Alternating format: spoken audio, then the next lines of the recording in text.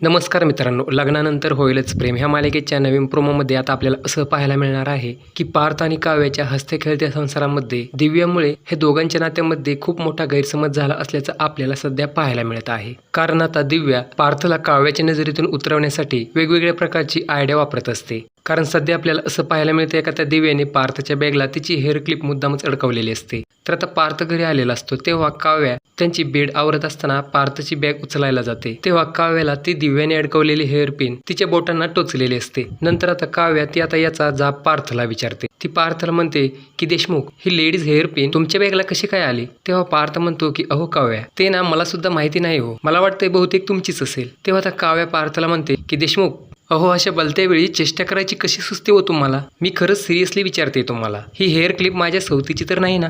म्हणजे तुमच्या त्या ऑफिसमधील दिव्या देशपांडेची? यावर मात्र आता पार्थ काव्याची समजूत काढत म्हणतो की काव्या, तुम्ही माझ्यावर संशय घेताय का? तेव्हा काव्या म्हणते की देशमुख, मला एक सांगा की काल रात्री 2 वाजता तुम्ही मला खोटं सांगून दिव्याकडे गेला होतात ना, आणि आज पण तुमच्या ऑफिसच्या बॅगला ही हेअर क्लिप कशी काय आली? म्हणजे याचा अर्थ दिव्याचं आणि तुमचं अफेअर तर सुरू नाही ना? नाही म्हणजे मी प्रेग्नंट आहे ना त्यामुळे विचारलं, कारण तुमचं काही सांगता येत नाही देशमुख. तर आता काव्या असे म्हणताच पार्थ मात्र काव्यावर चिडून म्हणतो की काव्या, तुम्ही वाटेल ते बोलू नका. अहो ती दिव्या खूप गरीब मुलगी आहे. मी आपल्या बाळाची शपथ घेऊन सांगतो की तुम्ही समजताय तसं काही सुद्धा नाहीये दिव्या आणि माझ्यामध्ये. अहो मी तुमच्याशिवाय दुसरा कोणाचा सुद्धा विचार करू शकत नाही. त्यामुळे आता नवीन प्रोमोमध्ये पार्थ आणि काव्याच्या आयुष्यात आलेल्या ह्या दिव्या नावाच्या वादळामुळे जो काही गैरसमज झालेला आहे तो आता लवकरच दूर होणार का, हे पाहणं आता खूपच इंटरेस्टिंग ठरणार आहे.